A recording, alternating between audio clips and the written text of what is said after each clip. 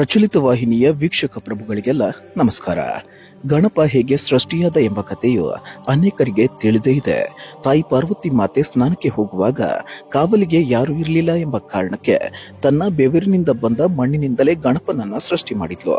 ಅವನಿಗೆ ಜೀವ ನೀಡಿದ್ಲು. ತನ್ನ ಕರದಿಂದ ಸೃಷ್ಟಿಯಾದ ಪುತ್ರನನ್ನ ಗಿರಿಜೆ ಕಾವಲಿಗೆ ನಿಲ್ಲಿಸಿ ಯಾರೇ ಬಂದರೂ ಒಳಗೆ ಬಿಡಬೇಡ ಅಂತ ಹೇಳಿ ಸ್ನಾನಕ್ಕೆ ತೆರಳುತ್ತಾಳೆ. ಮಾತೃವಾಕ್ಯವನ್ನ ತಲೆ ಮೇಲೆ ಹೊತ್ತುಕೊಂಡು ಗಣಪ ಕಾವಲಿಗೆ ನಿಲ್ತಾನೆ.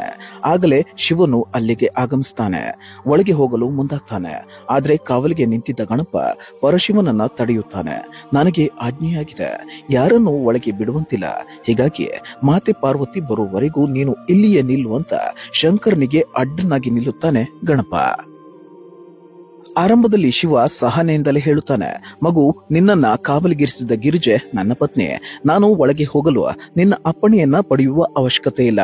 ಅತಿ ಉದ್ದಟತನ ತೋರಬೇಡ, ನನ್ನ ದಾರಿಗೆ ಅಡ್ಡವಾಗಿ ನಿಲ್ಲಬೇಡ ಎಂದ್ರೂ ಕೂಡ ಗಣಪ ಮಾತ್ರ ತನ್ನ ನಿರ್ಧಾರಕ್ಕೆ ಗಟ್ಟಿಯಾಗೇ ಇರ್ತಾನೆ. ಪತಿಯೋ ಪರದೈವವೋ, ನನಗೆ ಮಾತ್ರ ಮಾತೆಯಿಂದ ಅಪ್ಪಣೆಯಾಗಿದೆ. ಏನೇ ಆದ್ರೂ ಕೂಡ ನಿಮ್ಮನ್ನ ಒಳಗೆ ಬಿಡುವ ಮಾತೇ ಇಲ್ಲ. ವ್ರತ ವಾದ ಮಾಡದೆ ಇಲ್ಲಿಂದ ತೆರಳಿ ಅಂತ ಕಡ್ಡಿ ಮುರಿದಂತೆ ಶಿವನಿಗೆ ಹೇಳ್ತಾನೆ ಗಣಪ. ಸೃಷ್ಟಿಯ ಲಯಕಾರನಾದ ಶಿವನ ಸಹನೆಯ ಕಟ್ಟೆಯೊಡೆಯುತ್ತದೆ. ಬಾಲಕ, ಮರ್ಯಾದೆಯಿಂದ ದಾರಿ ಬಿಡು, ಇಲ್ಲವಾದಲ್ಲಿ ತಕ್ಕ ದಂಡನೆ ಎದುರಿಸುತ್ತೀಯ. ಈ ತ್ರಿನೇತ್ರನ ಕೋಪದ ಕೆಂಗಣ್ಣಿಗೆ ಗುರಿಯಾಗಬೇಡ ಅಂತ ಶಿವ ಗರ್ಜಿಸುತ್ತಾನೆ. ಗಣಪತಿ ಮಾತ್ರ ಬೆದ್ರೋದೇ ಇಲ್ಲ.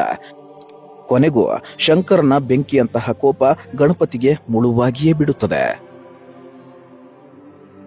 ನಡೆದ ವಾಗ್ವಾದಗಳು ಶಿವನನ್ನ ಕೆರಳಿಸಿ ಬಿಟ್ಟಿರುತ್ತವೆ. ಗಣಪತಿಯ ಪಟ್ಟು, ಶಿವನ ಸಿಟ್ಟು ಎರಡು ಕೂಡ ವಾತಾವರಣವನ್ನ ಎಳ್ಳಿಟ್ಟರೆ ಸಿಡಿಯುವ ಕಾವಿಗೆ ತೆಗೆದುಕೊಂಡು ಹೋಗಿರುತ್ತದೆ. ಗಣಪನ ಮೊಂಡುತನವನ್ನ ಕಂಡ ರುದ್ರಗಣಗಳು ಕೂಡ ಸಿಡಿದೆದ್ದು ಬಿಟ್ಟಿರುತ್ತವೆ. ಕೋಪದಿಂದ ಆ ಬಾಲಕನ ಮೇಲೆ ಮುಗಿ ಬೀಳಲು ಆರಂಭಿಸುತ್ತಾರೆ. ಎಲ್ಲರನ್ನೂ ಹೊಡೆದು ಮುಗಿಸಿದ ಬಾಲಕನನ್ನ ಕಂಡ ಶಿವನ ಸಹನೆ ಮುಗಿದು ಹೋಗಿರುತ್ತದೆ.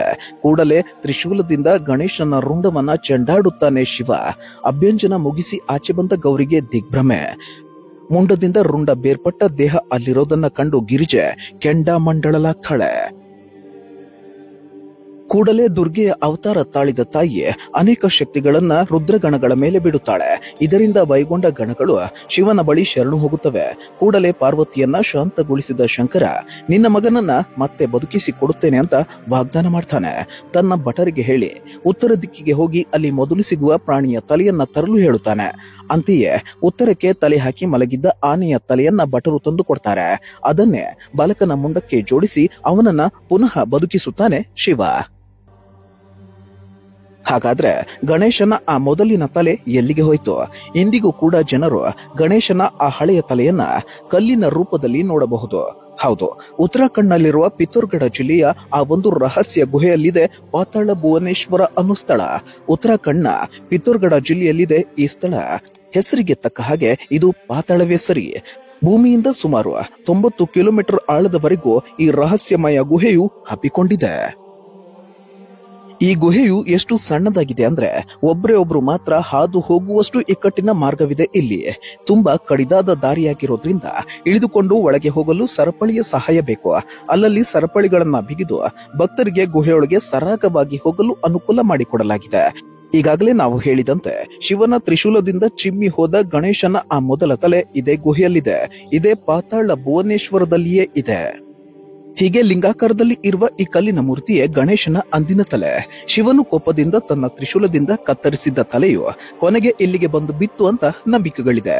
ಇದು ಈ ಗುಹೆಯಲ್ಲಿಯೇ ಅನಾದಿ ಕಾಲದಿಂದಲೂ ಇದೆ ಅಂತ ನಂಬಿಕೆಗಳು ಕೂಡ ಮೊದಲಿನಿಂದ ಇದೆ.